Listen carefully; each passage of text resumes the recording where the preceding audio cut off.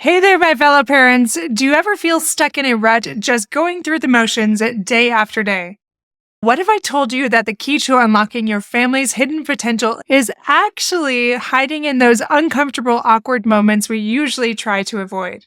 Today, we're going to explore how embracing that discomfort can lead to incredible growth for you and your kids.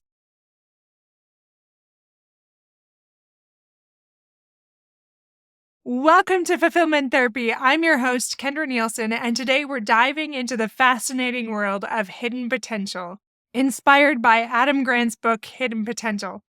We're going to explore how embracing that discomfort and seeking those awkward situations can actually be the key to unlocking our true capabilities. And I love this when I read this book by him, and I want to share some of those concepts with you today. In this book, he challenges the notion that success is primarily determined by our innate talents, but instead he argues that everyone has untapped potential that can be developed.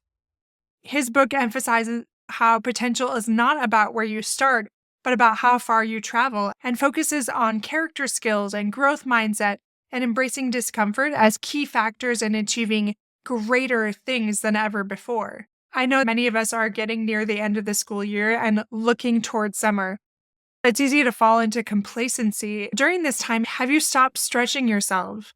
Have you stopped becoming who you're meant to be to some degree or another? And not only for yourself, but for others, because you're getting into that mundane part of living before the summer comes. If that's you, there is no worry. We all get there. And this podcast is just about small, simple ways to lean into growth and to increase fulfillment in our life. So let's consider some simple ways to maximize your potential. The first thing you can do is seek out discomfort. If you're comfortable, you're doing it wrong. And that was said by psychologist Ted Lasso. When I first heard that really was highlighted in my mind. This can apply to many things, from learning new languages to maybe even trying new exercises at the gym, or maybe it's even with our faith, like deepening our understanding of the scriptures or of God. For parents, this might mean volunteering to lead a school project that you've never done before, or initiating a difficult conversation with your teen about their future, whatever that might be. But there are ways all around us to seek that discomfort. They have a lot of interesting examples and experiences throughout the book, but they talked about different studies that show that people who intentionally pursue discomfort when learning, but there is a certain study that they talked about where those that intentionally tried to pursue discomfort when learning performed so much better.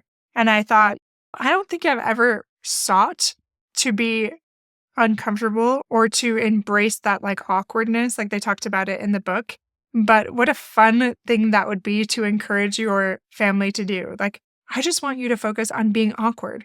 Find those opportunities where you can experience awkwardness, because that means you're growing and you're thriving and you're in this new zone that you don't usually get to be in. And that's where amazing things begin to happen. I want to give you a quick example here. At the gym, I've had this friend forever. He's probably in his 80s. His name's Mel, and he's the most amazing little Hispanic man. I just love him. He's so full of light. And he always tries to get me to speak Spanish with him, and I'll try just one or two words, and then I'll get really shy and awkward, and I'll change the subject. But it's because I'm awkward when it comes to stringing a bunch of words together, even though my vocabulary at this point is pretty good when it comes to Spanish words. I don't practice outside of those lessons, and I panic every time. I don't want to be awkward, and it's not that I have such a big ego that I can't handle being awkward, but I notice that my friend that sometimes goes with me at the gym, she's willing to just throw out anything and let it be wrong. And it's harder for me to do that. The longer that I'm competent in different areas in my life, the harder it is for me to show up incompetently and mediocrely. Is that even a word? I don't know. But allowing for those spaces of being terrible at something. But that is so good for us to model for our kids. And so I need to practice what I'm preaching here and throw myself into that awkwardness. There's plenty of areas that I do, but more for joking and silliness, but doing this regularly. So if you are trying to learn Spanish, for example, or another language, try to strike up a conversation from a Spanish-speaking person. Be willing to be awkward. Like in the book, they shared an example of how his friend was just like, I'm just going to try it. He tried to order a newspaper juice when he was ordering food. And I don't even think I would get remotely that terrible, and yet I still hesitate. And maybe you do as well. Another thing that Grant suggests is that growth is less about how well you work. So can you shift your approach and work more efficiently in less time? For busy parents, this might mean dedicating 20 minutes of undivided attention to your kids instead of an hour of distracted time. And that's so much easier to wrap your head around. So even in the daily grind of parenting and work and household tasks, there's opportunities to learn and to grow. We can try listening to educational podcasts while we're doing chores or involve our kids in cooking to teach them about nutrition or math. There's so many different areas, even if you feel like, oh, there's not space for it. So whether it's learning new languages through apps or taking new fitness classes or spiritual study or whatever it might be, consistency is also that key to growth. So you could set aside 15 minutes each day to practice a new skill, like learning to code or mastering a new recipe. Zig Ziglar said, the only way to grow is to get out of your comfort zone. And Carol Dweck talks about mindset. She wrote the Mindset book. She says, no matter what your ability is, effort is what ignites that ability and turns it into accomplishment. Recapping just those few things, it's about putting in that effort, that ability. It's about finding any opportunity to be uncomfortable, to just be bad at something and practice that.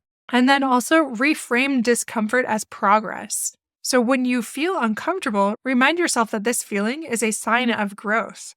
Kristen Laura says this, growth is uncomfortable because you've never been here before. You've never been this version of you. So give yourself a little grace and breathe through it. You can also create a supportive environment. So surround yourself with people who encourage that growth and chuckle with you, laugh with you over silly mistakes, and encourage you to dive in and try more of them. So this could be joining a book club or a fitness class or a parenting group, and share those successes and those challenges and those funny stories. Another very simple thing is set those specific achievable goals and break those big goals like learning Spanish down into smaller ones. Or maybe you want to write a book. Start with writing 500 words a day. Or maybe you want to improve your health, but you start with a 10-minute walk. So I challenge you today, my friends, to think of one way you can maximize your potential. How can you grow by seeking out opportunities to be awkward and uncomfortable? What new skill or area of knowledge are you feeling called to improve?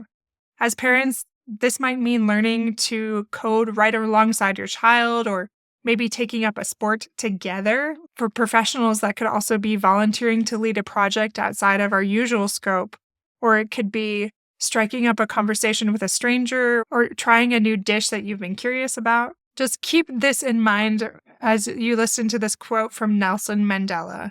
He said, "There's no passion to be found playing small, in settling for a life that is less than the one you are capable of living." This is Kendra Nielsen, once again your host, reminding you to embrace discomfort, seek growth, and unlock your hidden potential. Until next time, my friends, this is Fulfillment Therapy. Keep stretching and becoming the best version of yourself. And remember, every moment of discomfort is an opportunity for growth. And I hope it's awkward and weird and crazy and memorable and fun so you can share it for generations. Embrace it, learn from it, and watch yourself transform. Take care, my friends. Thank you for listening. And don't forget to check out our courses and our blog on fulfillmenttherapy.org. These things will help you take your life to the next level if you need that extra help and accountability and some simple structure from someone you can trust. Go get it. Go check it out. Sign up for those courses. You will not regret it. I promise you.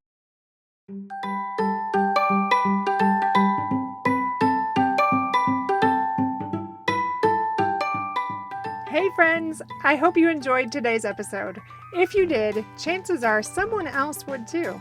Would you take 30 seconds to share this with a friend who's looking for greater family fulfillment? And while you're sharing, tell me what you think about the show by leaving a review on Apple Podcasts. It refuels me when I hear this podcast is helping you. No matter what your house or your hair looks like, I'll meet you back here every Monday and Thursday morning for more episodes. Until then.